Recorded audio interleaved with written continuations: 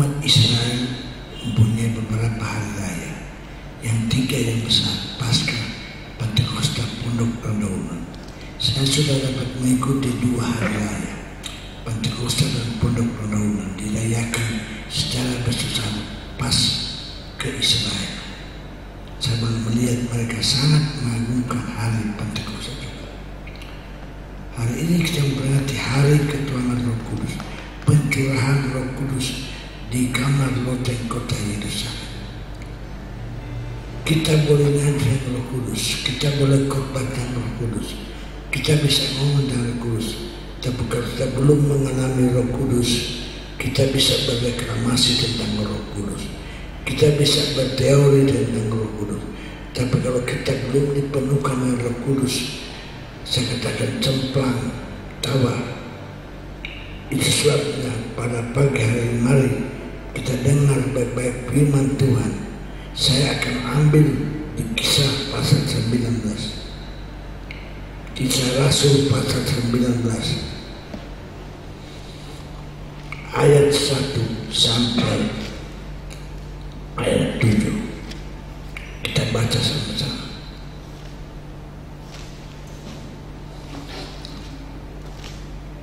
Kisah 19 ayat 1 sampai 7. Itu yang ketiga kita belum baca. 1, 2, 3.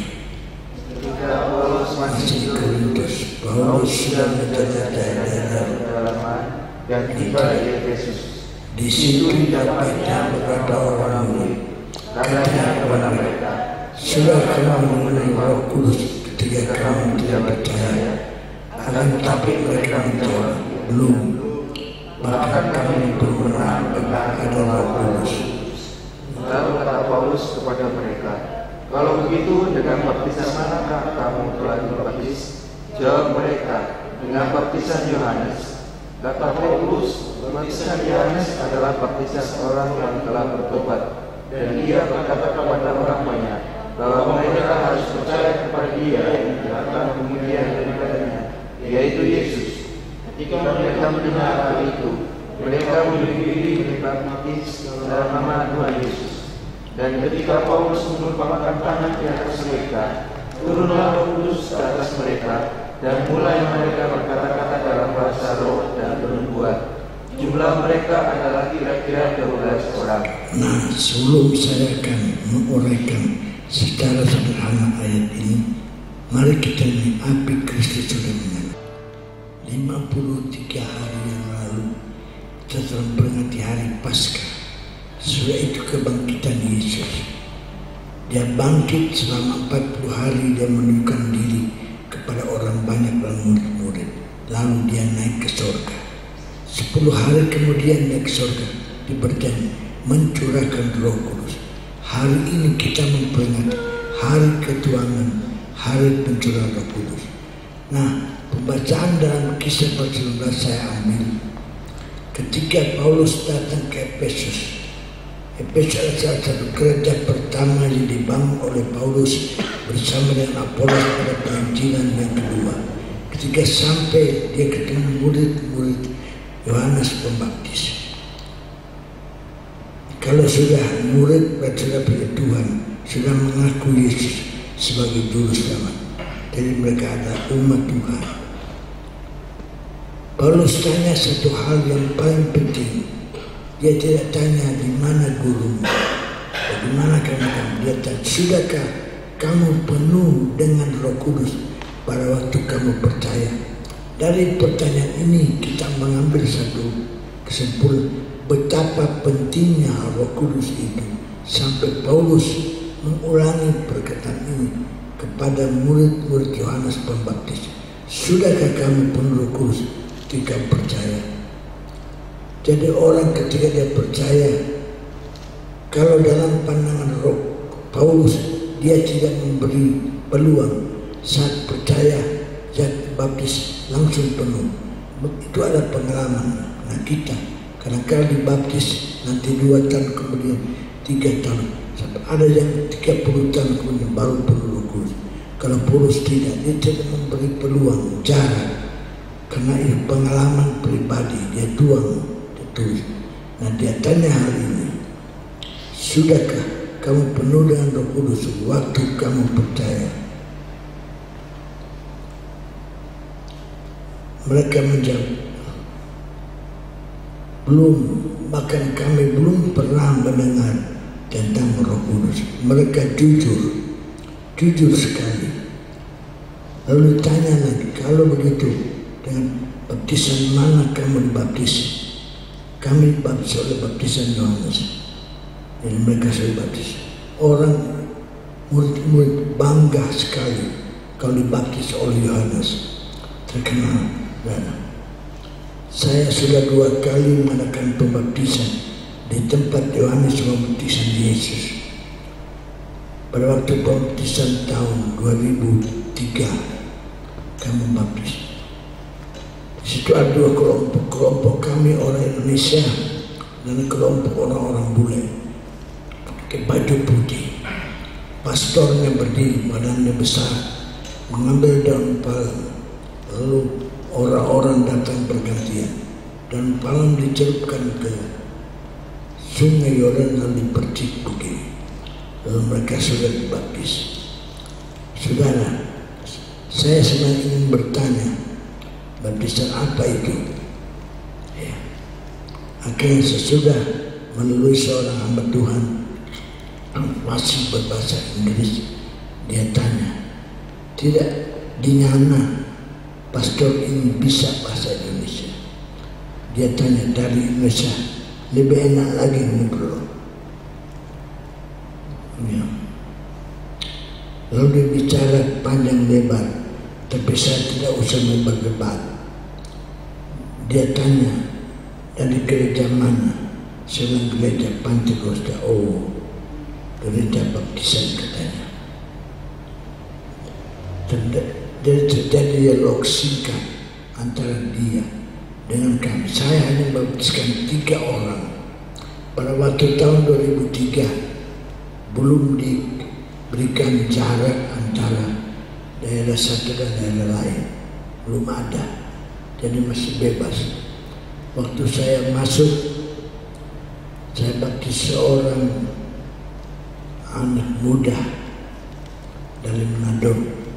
Sesudah itu seorang jin, orang Tionghoa yang tua.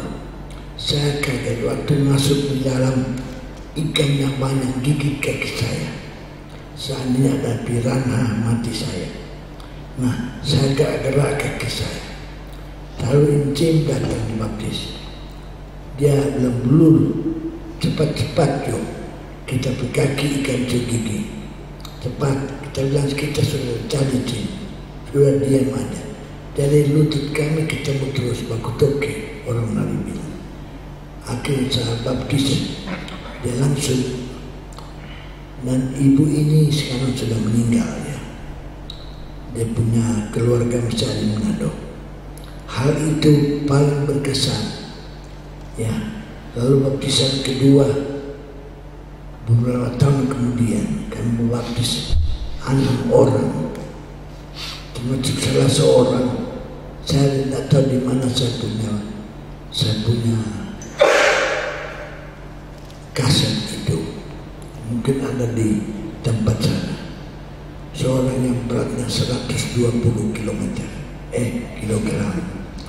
Saya baptis begini, saya terikut masuk ke dalam, saking beratnya. Orang-orang sampai ketawa. Saya sudah 2 kali dibaptis. Saya baptis sendiri, dibaptis oleh pendeta, dibaptis sendiri gara-gara keberatan. Dan pengalaman ini luar biasa. Jadi kita lihat, mereka memberi diri mereka dibaptis. Mereka tidak adu argumentasi. Tidak. Mereka tidak adu argumentasi. Mereka tidak ngomong ini, ngomong itu. Tidak berbantah-bantah. Tidak mengadu, tidak tunggu dulu minggu depan, tunggu dulu saya tidak berpakaian, tunggu dulu saya mau tanya dulu sama guru. Tidak, langsung dia menurut dengar-dengaran kepada Paulus. Murid-murid dia bilang, saya dibaptis oleh Yohanes Pembaptis dengan cerita lain. yang membaptiskan Yesus. Mereka bangga, tapi mereka ini dibaptis lagi. Murid-murid memberi diri mereka. Jadi ada 2 kali baptisan. Kalau ada 1000 baptis pada umur 16 tahun terkala SMA kelas 1 sampai menangis merasakan zaman Tuhan.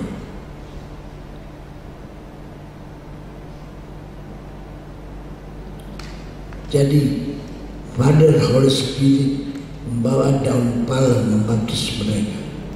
Lalu kalian katakan tidak sah. Dia bilang enggak, itu hanya lambang aja. Setelah selesai semua, saya ngobrol dan saya pamit dengan dia. Pastornya tinggi besar, 190. Ya. Saya ngomong dengan pakai bahasa Indonesia, logat Jawa, sebab dia pakai logat Jawa. Dia lama di Suriname. Suriname di daerah Amerika Selatan, mereka pakai bahasa Jawa. Ever di Belanda bekerja sama bosnya orang Suriname. Murid Yohanes Pembaptis tidak marah. Sekali lagi tidak adu argumentasi, tidak no-go, tapi langsung membunuh diri. Nah, ketika Paulus menumpang tangan ke atas mereka, turunlah Roh Kudus ke atas mereka. Mereka mulai berkata-kata dalam bahasa roh dan bernubuat. Nah, pagi ini saya ingin memperkenalkan Roh Kudus kepada saudara. Roh Kudus bukan angin, walaupun salah satu namanya adalah pneuma, angin. Roh Kudus bukan angin, tapi Roh Kudus bukan lagi perasaan.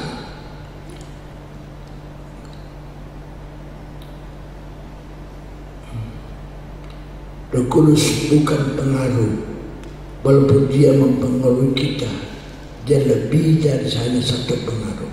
Roh Kudus adalah satu pribadi yang sama dengan Allah Bapa, yang sama dengan Yesus.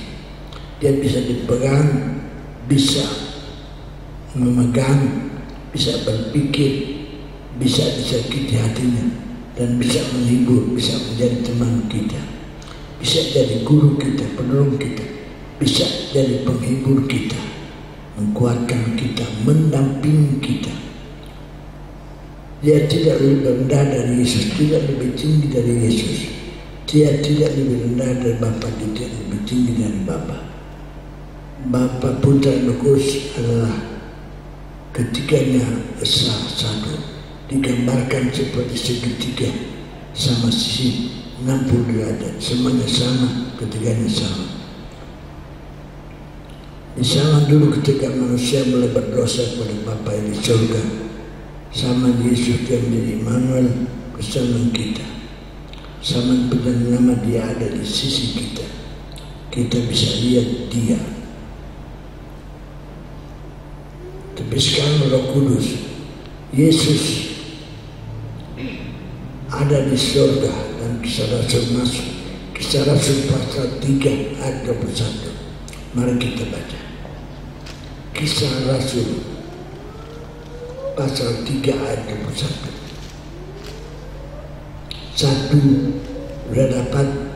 1, 2, 3. Kristus itu harus tinggal di surga sampai waktu pemulihan segala sesuatu, seperti yang difirmankan Allah dengan perantara nabi-nabinya yang khusus di zaman dahulu.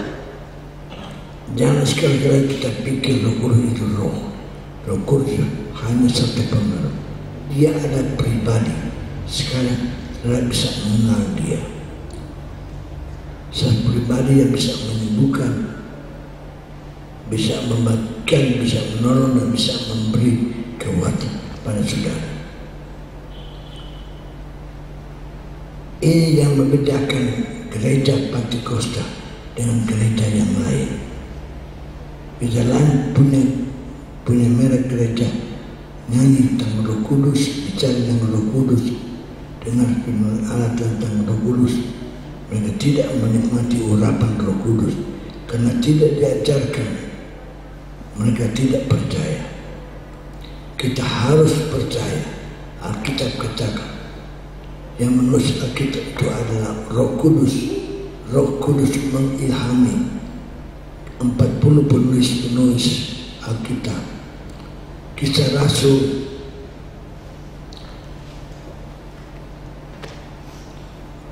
dari raja sampai rasul, sampai pelayan, sampai penjala, arah gembala mempercayai karya Roh Kudus. Roh Kudus saya perkenalkan pada saudara. Sebelum saya ajarkan saudara, saya alami dulu bagaimana dapat mengalami Roh Kudus. Saya kata bahwa gereja kita ini sudah berdiri di atas Roh Kudus. Kalau satu gereja tidak percaya kepada Roh Kudus, dia tidak akan sampai kepada kesempurnaan.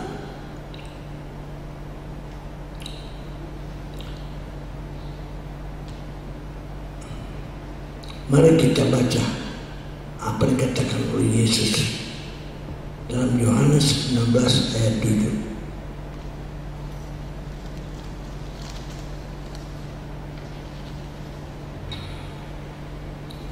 Yohanes 16 ayat 7.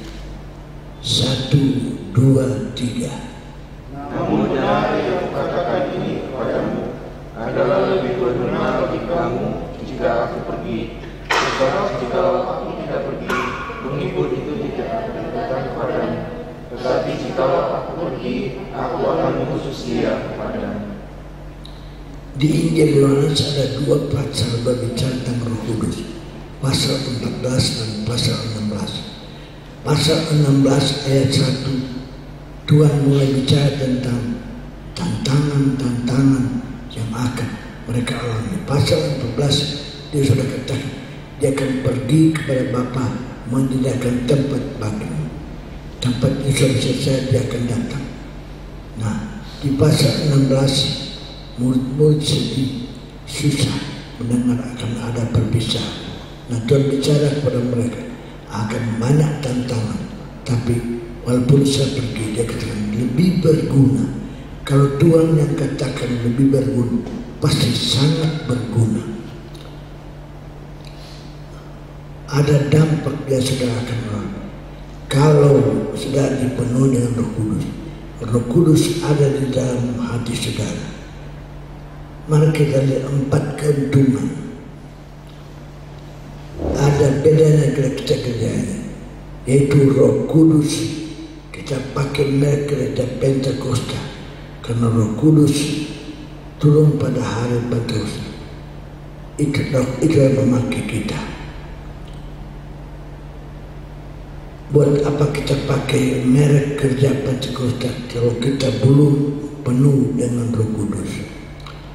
Itu sebab saya mau ajukan pada para pengerja, usahakan.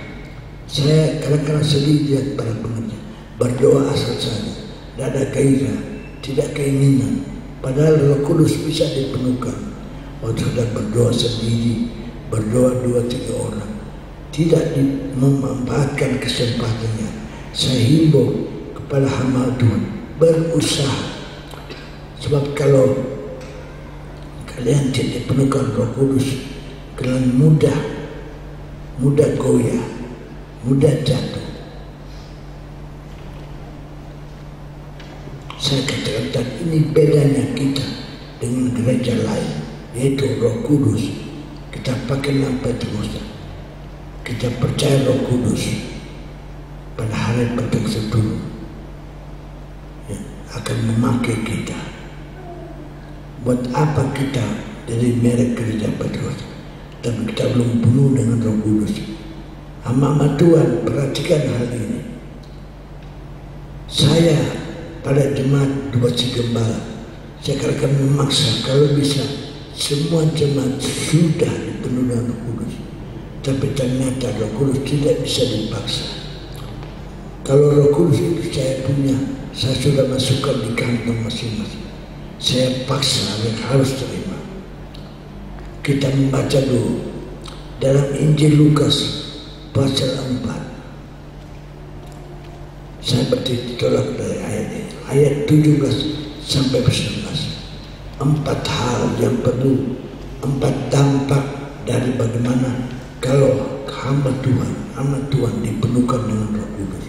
Mari kita baca Lukas pasal 4 ayat 17 sampai 19 dengan kuat. 1, 2, 3.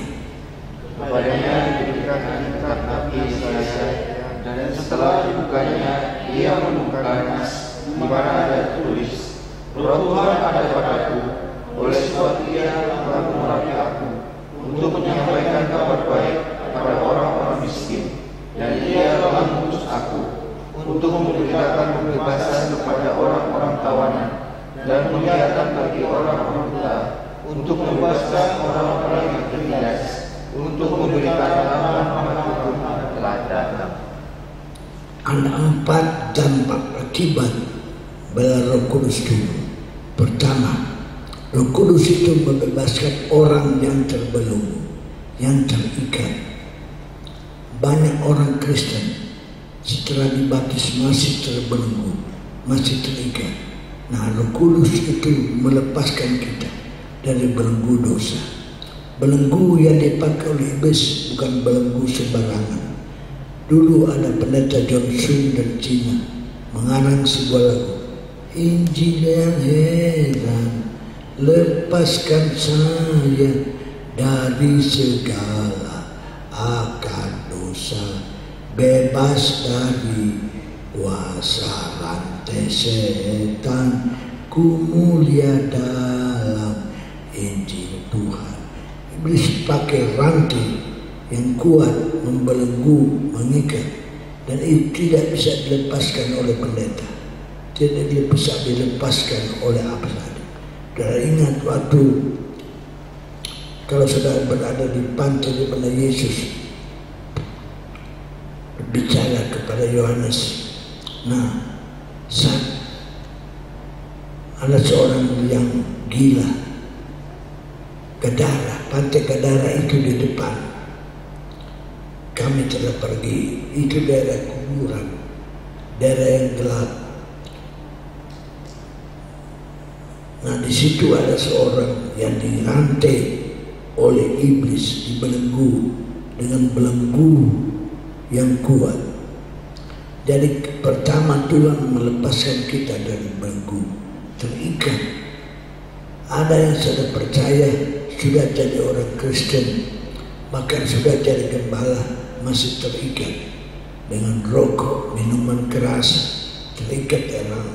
Nah, kita perlu Roh Kudus untuk melepaskan kita dari dosa. Yang kedua, dia melepaskan kita dari belenggu, mendik, pelit, sekakar. Dia membebaskan kita.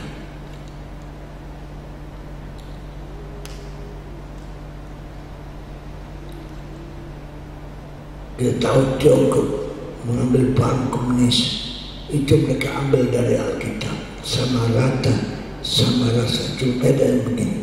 Kalau komunis di sana di Tiongkok dia bilang, barang-barangmu itu barangku juga. Kamu punya itu, kamu punya, kami punya juga. Milikmu juga milikku. Itu komunisnya Tiongkok. Kalau kita anak Tuhan lain, milikku adalah milikmu. Engkau boleh mendapat apa yang ku miliki. Engkau boleh merasakan, menikmati apa yang aku miliki. Jadi siapa yang mendik, pelit, sekakar, minta supaya Roh Kudus lepaskan. Hampir kepada setiap anak muda yang memasuk dalam pernikahan dan bimbingan, beberapa kali saya katakan ini satu hal yang perlu berjanji. Saya minta mereka berjanji, mereka ikut saya untuk memberi milik Tuhan perpuluhan. memberi perpuluhan itu belum kasih apa-apa untuk Tuhan. Memberi milik Tuhan belum berkorban untuk Tuhan. Itu Tuhan punya yang harus dikembalikan. Ada yang diikat dengan kopi. Ada satu pengerja, kalau nggak minum kopi, ya dia mulai sakit kepala. Waktu di Moro, sedang kamu terikat, jadi mesti kalau sudah sakit kepala dia cari kopi, ya terikat dengan kopi. Billy terikat dengan kopi. Untung dia sudah pulang, biar aja dibebaskan di Manado. Ada yang terikat dengan rokok, ada yang terikat dengan kebencian. Orang itu sudah minta maaf, tetap dia terbenci. Tuhan, saya penuh pengampunan.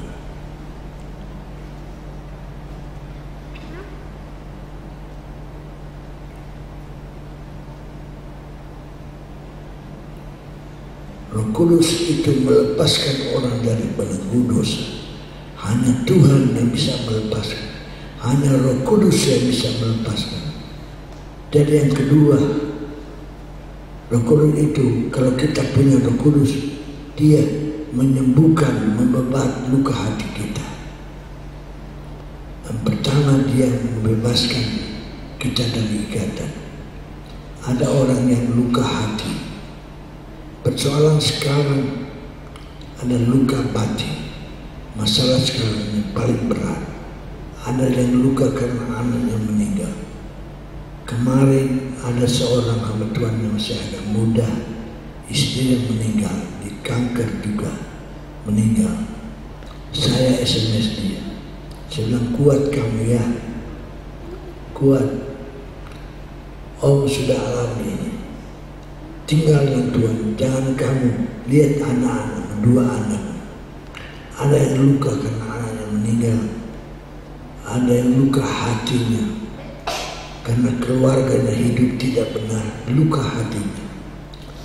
Ada yang luka hatinya, disolimi, disakiti oleh suami, disakiti oleh istri. Banyak sekarang dalam rumah tangga orang luka batin. Kalau manusia melukai kita, tidak mungkin manusia lain menghibur kita. Kalau ada orang yang kesusahan, kita berkata, nulis untuk kuat, ya, turut berduka cita. Kalau sudah dilukai oleh manusia, tidak mungkin manusia itu membuat luka saudara. Ngomongnya menghibur bisa, turut berduka cita bisa, tapi tidak ada satu manusia yang membebat luka hati kita.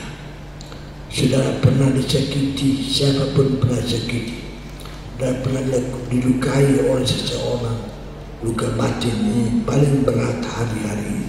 Dan peperangan anak Tuhan hari ini itu di dalam, bukan di luar. Peperangan batin yang tidak diketahui oleh manusia, tapi dampaknya sangat mengerikan, menghalangi kemajuan hidup rohani satu anak Tuhan. Dilukai, luka batin tidak bisa disembuhkan oleh pendeta, tidak bisa disembuhkan oleh seorang ahli, tidak bisa, saudara. Hanya Roh Kudus yang bisa membebat luka hati kita, yang bisa membebat dengan minyak dan anggur luka kita, belur luka hati kita. Tuhan bisa membebat, Tuhan sanggup membebat, Tuhan sanggup mengobati. Roh Kudus itu seperti minyak, dia seperti obat. Dalam kitab Perjanjian Lama, dalam kitab Yesaya, dia ada tulis, dia seperti balsam dari Gilead, dia menyembuhkan luka hati kita. Saya tahu di antara jemaat hamba Tuhan pun banyak yang luka hati, gak kelihatan. Luka karena kesulitan hidup, apalagi sekarang menghadapi paparan COVID-19 ini. Banyak yang sudah luka hati. Tapi mari jemaat yang saya kasih, minta Roh Kudus, dia akan membantu, dia akan menyembuhkan luka hati saudara. Saudara harus percaya. Yang ketiga, tidak ada manusia yang super. Kita punya kelemahan, tetapi dalam Roma pasal 8 ayat 26 dan 27 kita membaca, Roh Kudus menolong dalam kelemahan kita. Roma pasal 8 kita baca sama-sama. Ayat 26, 1, 2, 3. Demikian juga Roh membantu kita dalam kelemahan kita, sebab kita tidak tahu bagaimana sebenarnya harus berdoa. Tetapi Roh sendiri berdoa untuk kita kepada Allah dengan keluhan-keluhan yang tidak terucapkan. Dan Allah yang memiliki hati nurani mengetahui maksud Roh, yaitu bahwa Ia sesuai dengan kehendak Allah berdoa untuk orang-orang kudus. siapa yang tidak merasakan kelemahan, namanya juga manusia. Kalau manusia itu tidak pernah salah, tidak pernah lemah, itu malaikat. Tapi kalau manusia itu salah terus, itu setan. Tidak pernah dapat berbuat baik. Kalau manusia itu tidak pernah salah, itu malaikat. Tapi kalau manusia salah terus, itu setan, kakaknya iblis. Tapi kalau saudara-saudara manusia ada benar sedikit, ada salah sedikit, itu manusia. Apa yang saudara tidak mampu, dengan Roh Kudus kita mampu. Bilang amin. Apa yang kita tidak mampu, bersama Roh Kudus kita mampu. Apa sudah katakan tidak mungkin, dengan Roh Kudus jadi mungkin. Sekarang Roh Kudus itu berdoa melalui kita dengan bahasa yang tidak kita mengerti. Di ayat 27 dia berdoa sesuai dengan kehendak Allah. Kita berdoa belum tentu sesuai dengan kehendak Allah, tapi Roh Kudus berdoa selalu sesuai dengan kehendak Tuhan.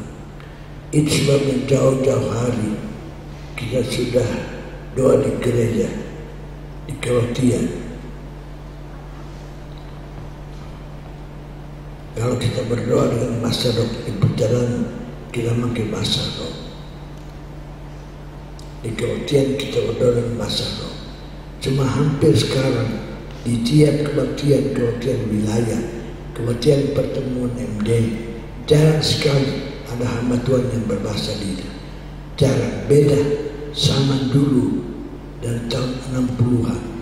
Kalau pertemuan hamba Tuhan semua berbahasa lidah. Sekarang jarang kedengar, jarang sekali kedengar. Jangan tahu kenapa. Berdoa dengan bahasa roh. Karena kita tidak tahu mau berdoa apa, kita tidak punya bahan doa. Karena kita tidak tahu bagaimana sebenarnya. Di ayat 12 harus berdoa. Sebenarnya bagaimana kita bersemangat, kita tidak tahu. Tapi Roh Kudus yang tahu. Dia meminjam bibir mulut kita. Dia berdoa. Dengar baik-baik saya katakan. Kenapa kita tidak mengerti apa yang dia katakan? Mungkin kalau kita sembahyang bahasa Indonesia, kita cuma sembahyang 10% saja. Oh Tuhan, tolonglah saya. Roh Kudus berdoa. Dia berdoa bagi Tuhan, berkati orang ini 100 kali ganda. Kita tidak tahu. Dia berdoa melalui mulut kita. Kita berdoa hanya 30 ganda. Tapi Roh Kudus berdoa untuk kita, memintakan kita. Tingkatnya tinggi sekali, memintakan untuk kita. Lebih dari kita. Kita minta pada Tuhan. Kita minta pada Tuhan supaya kita dapat berdoa dengan bantuan Roh Kudus. Kita kadang-kadang kalau manusia minta yang kecil saja. Tapi Roh Kudus menuntun kita dapat berdoa bagi hal-hal yang lebih tinggi. Kata-kata saya saudara bisa ngerti, tapi saudara penuh dengan Roh Kudus, dia akan memberikan yang lebih baik. Kita diam saja, kita kayak wayang. Kalau dalamnya nggak main, kita diam. Wayang itu diam, tidak bisa buat apa-apa. Kalau Roh Kudus juga cabut dari hidup kita, kita dimainkan sama pikiran kita nggak bisa jadi apa-apa. Tapi coba wayang itu kalau dimainkan wayang itu oleh seorang ahli dalam, maka dia bisa bergerak, dia bisa jadi Gatot Kaca, bisa terbang melawan Rahmana. Dalamnya main. Begitu dalam Roh Kudus kita bisa beri hidup kita, biar dia menjadi dalam ngatur hidup kita. Dia bisa merubah. Yang keempat, Roh Kudus itu membuka mata hati kita. Hari-hari saya bicara dalam rumah tangga, ya, banyak sekali kejadian sekarang nggak ada. Karena kalau rumah tangga tiap kali masalah katakanlah cerai, itu saja. Apa saja cerai. Katanya Kristen, Tuhan menguji perceraian. Tuhan itu marah kalau kita bercerai. Kalau Roh Kudus mengenai saudara, dikembang saudara, membuka mata dosa. Tidak ada kata-kata perceraian dan masalah rumah tangga. Waktu Simpson mulai, saya bilang sama Tuhan, jangan dekat-dekat dengan pelacur. Oh, dia sengaja cari pelacur sampai dia ketemu dengan Delilah. Karena lalu sampai dia pada Hakim-Hakim 16 terus berulang kali dia jatuh dengan wanita. Akhirnya satu waktu dia dicungkil matanya menjadi buta, lalu dijadikan bahan olokan pada satu acara di alun-alun sama orang Filistin. Tapi dikejar di Hakim-Hakim 16, dia berdoa kepada Tuhan, dia bertobat. Tuhan, saya mau bertobat, kuatkan aku sekali ini saja. Dan benar, rambutnya mulai tumbuh, tambah panjang. Orang-orang sama dulu lupa kalau sudah panjang kekuatannya balik lagi. Dia melihat sebuah tiang penyangga. Dia berkata kepada seorang anak muda, no name, tanpa nama, tapi pahlawan itu. Wali Buddha, dia katakan, tuntun aku kepada tiang yang ada, tuntun. Akhirnya dituntun dan dia dapat meraba dua tiang. Dia bergerak. Akhirnya apa hal itu? Tuhan bikin buta dulu, dia baru bertobat. Nah, kita jangan. Apa kita mau Tuhan bikin bengkok dulu, bengkok dulu baru kita bertobat? Apa mau Tuhan harus bikin kita kapok dulu baru kita mau bertobat? Kepada anak-anak, jangan. Kenapa kita tidak bertobat sekarang? Kita kembali kepada Tuhan dan buka mata saya seperti Bartimeus. Yesus bilang, apa yang kau mau aku perbuat padamu? Bartimeus bilang, hanya satu, aku ingin melihat. Yesus enggak pegang, Yesus enggak jamah. Dia hanya bilang, imanmu sudah menyembuhkan engkau. Kalau Roh Kudus bekerja, mata kita bisa dipakai untuk rajin membaca Alkitab, tidak melihat hal-hal begini. Ya, ada sudah menikah, bapak masih melihat gadis yang cantik karena belum diurapi matanya.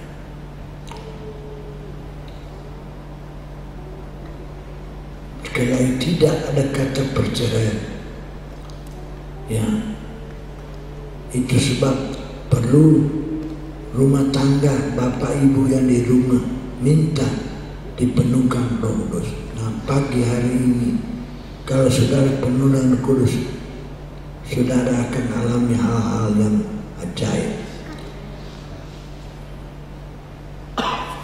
Saya bicara kepada bapak-bapak, ibu-ibu, pemudi, hamba Tuhan yang belum penuh dengan Roh Kudus dan arti belum bicara dalam bahasa-bahasa yang lain. Mari bertobat, datang kepada Tuhan. Dia ingin diurapi, dia ingin dibeban. Dalam Yohanes 7 ayat 37 kita baca,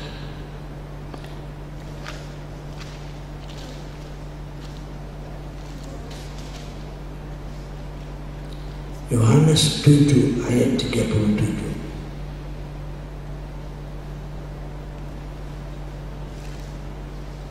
Satu, dua, tiga. Dan pada hari terakhir, yaitu pada puncak perayaan itu, Yesus berdiri dan berseru, "Barang siapa haus, baiklah ia datang kepadaku dan minum." 38 sampai 39. Barang siapa percaya kepadaku, seperti yang dikatakan oleh Kitab Suci, dari dalam hatinya akan mengalir aliran air hidup. Yang dimaksudkannya ialah Roh yang akan diterima oleh mereka yang percaya kepadanya, sebab Roh itu belum datang karena Yesus belum datang. Begitu mudah.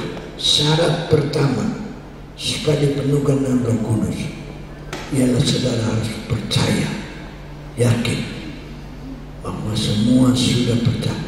Hari ini semua yang ada di sini sudah percaya Tuhan. Sudah percaya Tuhan. Maka mulai dalam Kisah Rasul juga ditanya, apakah kamu sudah penuh Roh Kudus pada waktu kamu percaya? Pagi ini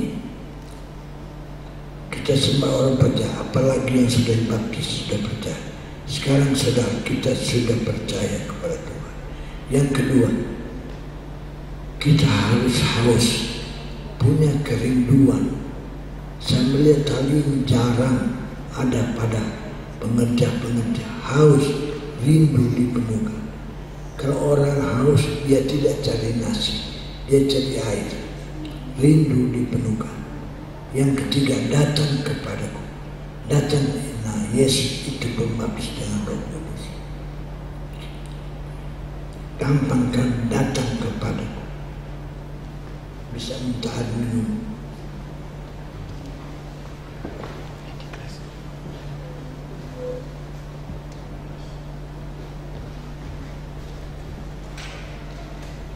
Ada yang ada di botol pakai sedotan.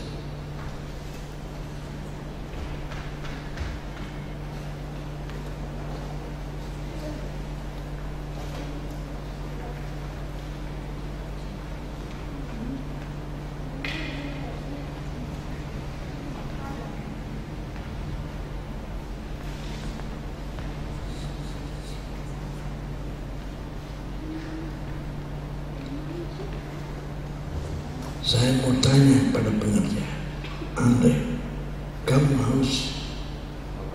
Haus?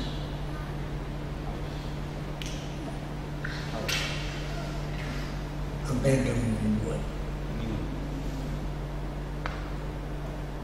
Haus? Andre, duduk aja di situ, pasti jadi minum. Kamu haus? Datang kepadaku.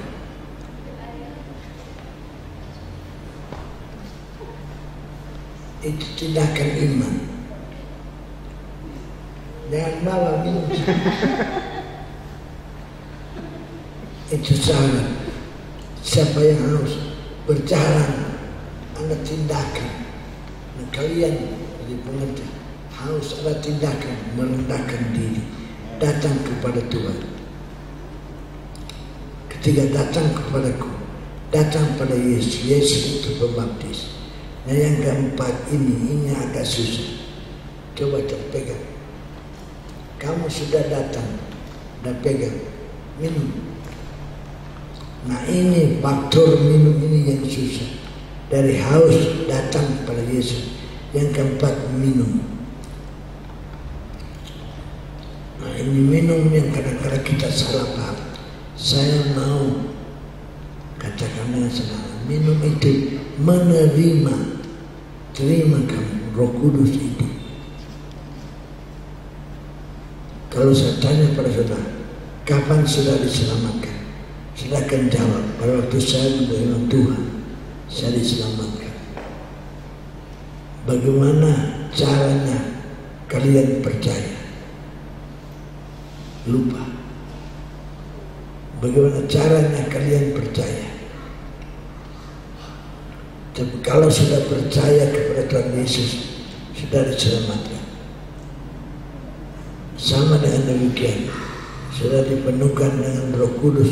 Kalau saudara menerima Roh Kudus dengan percaya, tiap orang yang penuh Roh Kudus itu ada tanda. Tanda itu tidak bisa diganggu-gugat, tidak bisa dirubah, tidak bisa dibuat oleh manusia, dipalsukan. Dia akan berkata dalam bahasa-bahasa yang baru, bahasa-bahasa seperti yang dilibatkan oleh Roh Kudus.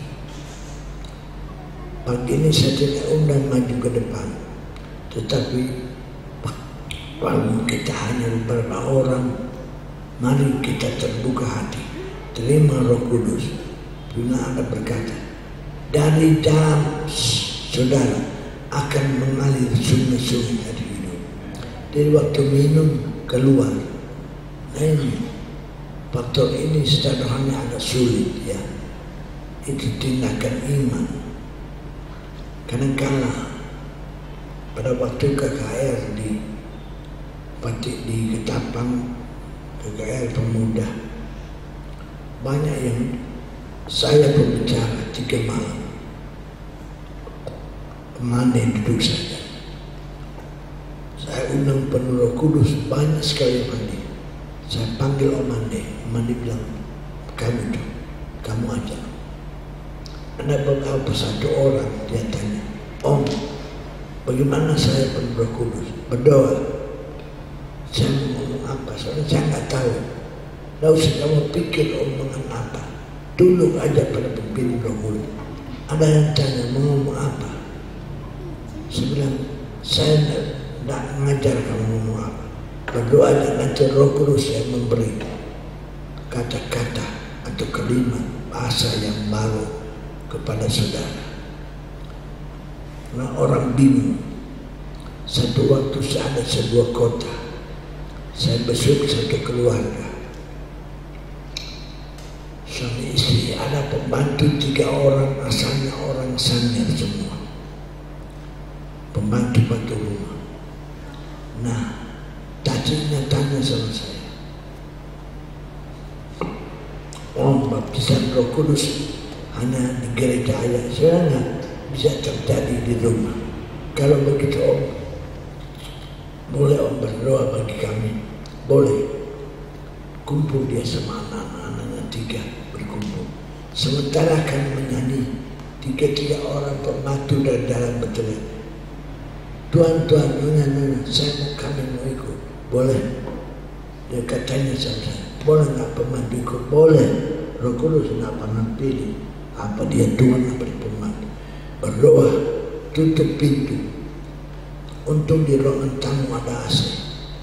Daerah cukup panas. Kamu berdoa. Heran, 3 pembantu dijamah oleh Tuhan. Saya tumpang tangan, ribut. Saya tumpang tangan. Lalu anak-anaknya mulai kegerakan, mulai mengalami zaman Roh Kudus. Saya berdoa, ribut. Tiba-tiba tajuknya korek kaki saya. Om, saya belum. Dia pikir ini Pak Pau bisa minta sama saya. Saya bilang saya nggak bisa kasih. Bagaimana dia mau diperlukan Roh Kudus? Tisunya 1 dos. Tiap kali mau menangis, dia begitu aja. Lalu saya ambil tisu, saya jauhkan. Dia cari sudah. Sebentar dia cari. Bagaimana Roh Kudus mau penuhkan? berdoa cari tisu terus. Ketiga pembantu yang ada, udah ingus, mereka menangis sampai ada yang terguling-guling di lantai. Suasananya luar biasa. Akhirnya rupanya sebelahnya anak Tuhan dengar, tapi karena pintu kami tutup, mereka nggak bisa masuk. Akhirnya mereka tuh, saya buka, bisa kami ganggu, bisa. Akhirnya 3 keluarga ganggu, jadi ramai. Jadi pembantu penuhkan Roh Kudus. Dia koreksi, kasih sama saya belum. Saya kamu kira ini cabai, bapau, saya tidak bisa kasih. Berdoa. Akhirnya mereka bilang, besok boleh, jam 10 boleh, saya datang sendiri berdoa. Hari itu isinya dijamah oleh Tuhan, jadi berdoa. Jadi ada bahasa baru yang Tuhan beri. Nah, pagi ini kita ingin beberapa orang, ini tanda dipenuhkan Roh Kudus, berbahasa roh. Firman Allah berkata, dari dalam mengalir sungai-sungai minum suka ada Roh Kudus. Minumnya sedikit tapi begitu masuk mengalir jadi sungai. Dan sungai yang besar mengalir tidak henti-hentinya. Sementara sampai malam begitu cuci piring, pembantu pagi itu berbahasa roh. Ya, luar biasa, mengalir terus. Jadi kalau saya berdoa, buka mulut, berdoa terus. Haleluya. Dan jangan pikir mau ngomong apa.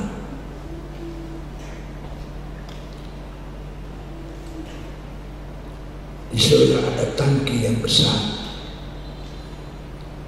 Kerannya ada, tinggal dicurahkan.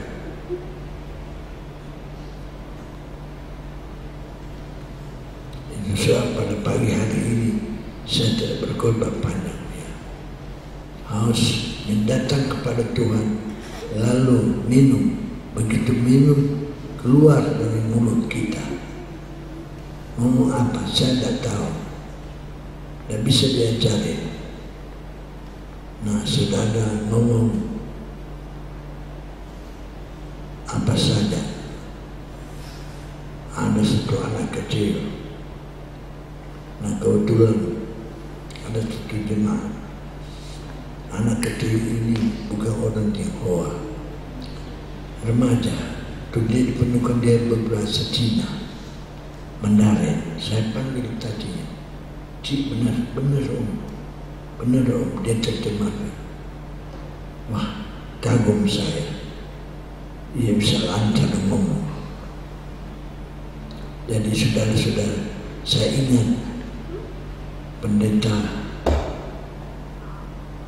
saya lupa, Tommy Hicks, seorang hamba Tuhan besar. Waktu dia KKR di Rusia. Nah, jadi penterjemah orang Rusia. Dia ngomong-ngomong, ada sebuah kalimat di mana penterjemah ini merasa tidak cocok dengan hatinya. Dia agak marah, dia turun. Tommy Hicks kebingungan. Dia berdoa kepada Tuhan. Berdoa. Tiba-tiba Tommy Hicks, Roh Kudus bekerja. Dia bisa khotbah setengah jam pakai bahasa Rusia. Orang banyak yang bertobat datang. Dia kaget sendiri. Luar biasa. Pengalaman yang indah. Sebab mari hari ini kita memperingati Hari Ketuhanan Roh Kudus.